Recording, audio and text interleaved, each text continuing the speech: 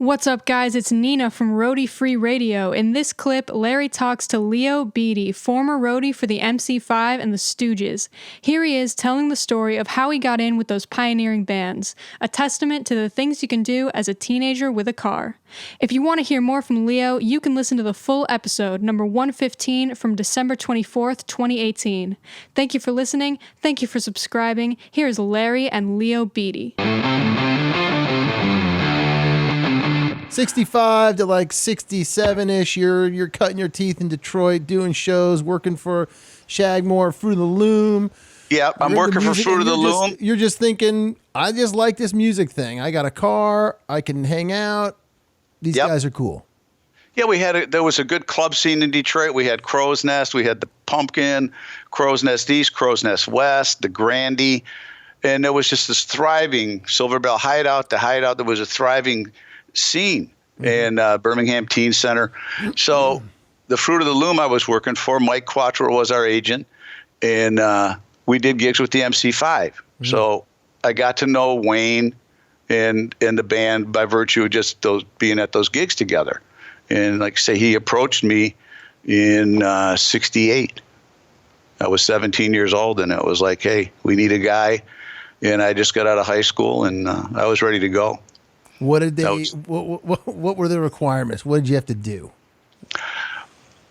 I drove the truck, loaded, load the gear, unload the gear, set up the practice room when we got home. And that was one of my favorite times, was being at the practice room working on the songs.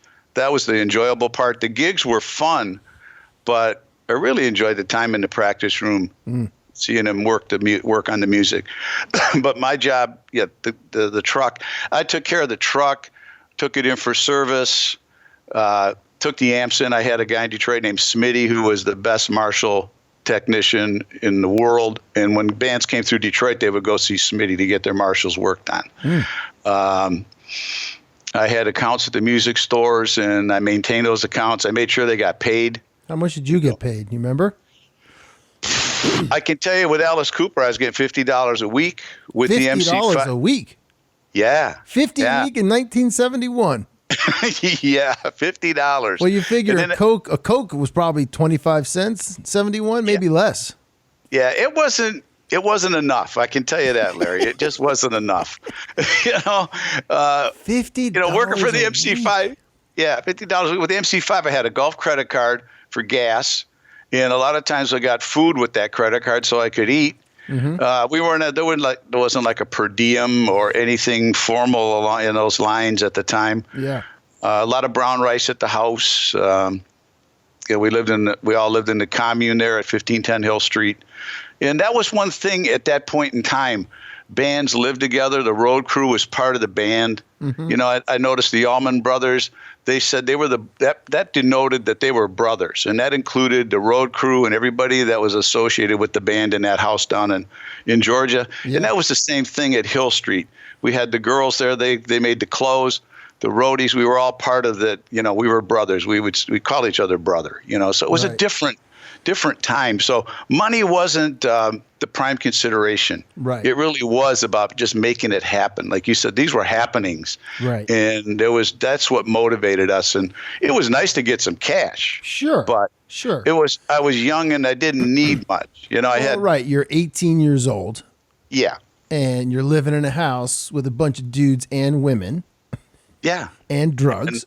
And the drugs are flowing. And music and women and all that stuff. And you're right. What do you need, Yeah.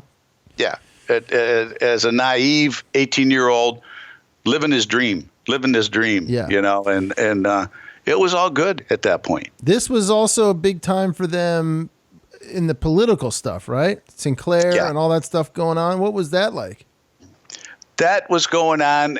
My focus was the music and the political side, the White Panthers and that. I saw the Black Panthers come in the house and visit and hear the beating on the table and the arguments, the political arguments, but I wasn't part of that. And I got it, and I was against the war and all of that. I didn't get drafted. I got called up, but how'd you miss that? I came up 334 alphabetically in the in the lottery. Yeah. And I never got called. I had to appear for my physical before I graduated from high school. I went down to Fort Wayne in Detroit, took my physical, and then just waited. And shit, man. And it didn't get. I was fortunate that I didn't get drafted. That's amazing. It's amazing just to think like how many guys did get drafted. All my buddies, they were gone. Wow. They all went. You know, they were over there, and I had no issues with what they did when they came home. I treated them just like I did before they went in the military. You know, it wasn't like, oh, you guys fought this war, blah, blah, blah. That's not how it was for me. Those were my buds. Yeah, and thank God they came home. Yeah, I was glad to see them. And, you know, that's just the way it was for me. Yeah. But I wasn't a real politically involved, you know, because it took away from the music. And, you know, the 5 paid a price. Yeah. For that political involvement, you know, and it cost them dearly when we did the Boston Tea Party gig, and the motherfucker showed up, and then we did the Fillmore East, and the motherfucker showed up, and at that time, Bill Graham put the word out that these guys were trouble, and it really, really affected the MC5's ability to get in the big rooms and tour. You know, and get to that proverbial next level. Right. And they were poised, you know, the machinery was in place. Yeah. To do that. And it really hurt. Yeah. Really hurt them, you know. Yep. And so as the Stooges start to emerge, do you remember those were you around for those early-ish days when the Stooges started to hang around and everything? And I wasn't. They considered the MC5 like big brothers, yeah? Yeah, there was that whole thing. They said, you know, the MC5 was like the big brother band. I wasn't there when the signing took place. I came on shortly after, and we hung out together. You know, they were friends. Scotty Ashton, the drummer, was friends with Dennis Thompson. And, you know, we would run over there and hang out with the Stooges, the guys on the road crew. You know, one thing, the roadies always had the dope. You know, we always had the weed or the hash. So you're always welcome. You know, I'd go over to the Stooges. Yeah, you know, Bilo, he's got the good hash, you know, so hey, come on over. And, you know, that when you weren't on the road, what did you do? You'd practice, you'd get stoned, you know, hang out with your buds. Yep. You know, we'd read comic books or hang out with girls. And we were young guys, you know, doing what young guys do. Yeah. So, yeah, we were hanging out and knew each other. And there was a mutual respect between the 5 and the Stooges. You know, they were like-minded. Yep. In that regard, they were pushing the envelope. Yeah. And yeah. And so what sort of led to you hopping over to the Stooges?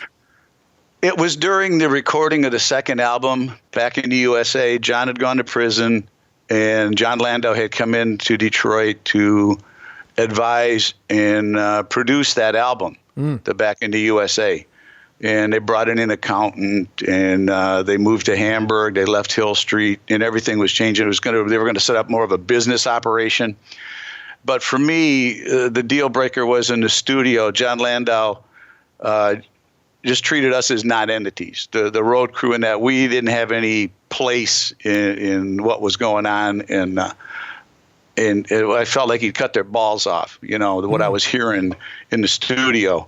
And I said, I can't do this. How? You know? What was different prior to that? You know, if he felt like, or you felt like he thought you didn't have any place in the studio, what was different prior to that? What would be your role in the studio? More just hanging out and you're just part of it? I was just part of it. Yeah. You know, it was like, okay, what do you need, Wayne? What kind of amp do you need? What do you think I should use, Leo? You know, there was that kind of exchange taking place. Yeah. You know? Yeah. I'll go over to Gus Soppy. We'll try one. We'll try this. We'll try that. We'll see. You know, I saw a new fuzz tone. I saw this wah-wah. We'll see what it does. You know, those type of things. And when Landau came in, it was really like the door was closed. You guys don't belong in here. And it was like, okay.